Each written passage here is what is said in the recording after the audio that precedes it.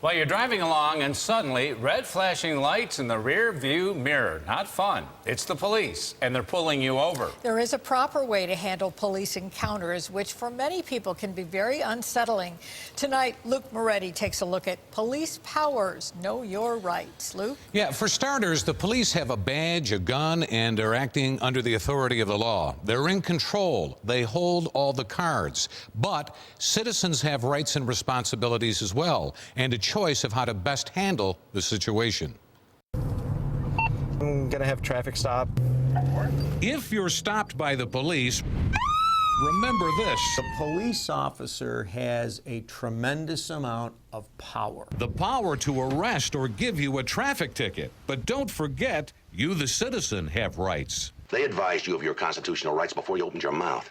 Now you're trying to tell us you didn't understand. Well, you're a liar. Good afternoon, sir. You have the right to keep your mouth shut if police start asking questions. You don't have to answer every question put to you by law enforcement. You don't.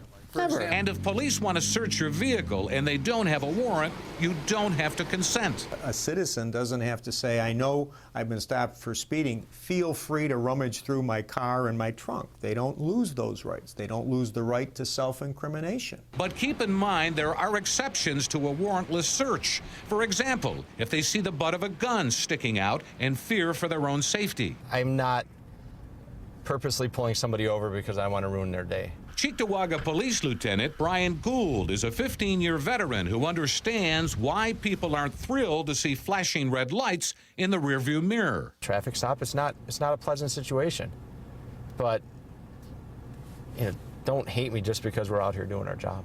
Let's be honest, more often than not, the police stop can be a negative experience. Even as a police officer who's pulled over thousands of people, if I've done something wrong and I get pulled over, you still get that little stress. So how do you ratchet down the stress level? Keep it short. Criminal defense lawyer Michael Taheri says there's no reason for the encounter to escalate when the request is as simple as, May I see your license, registration, insurance, please? I don't want to belabor it. I don't want to lengthen it. So that means be cordial.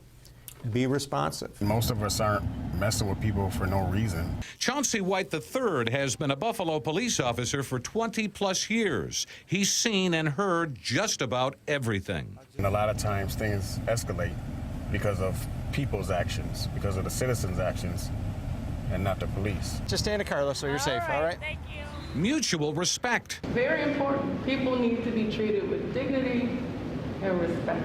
That's what Kim Beatty, Buffalo's deputy police commissioner, preaches to new recruits who will be hitting the streets in a few months. We want to respect that person, and we also want to be respected for the job that we do. So what should you do if stopped by the police? Let's review.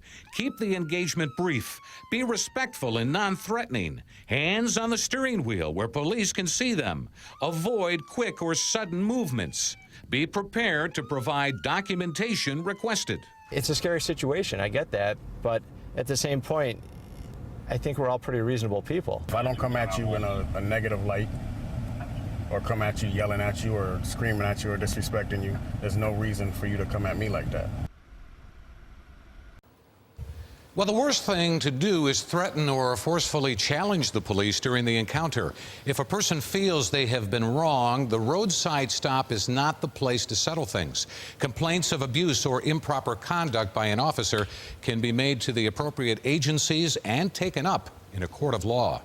Luke Moretti, News 4.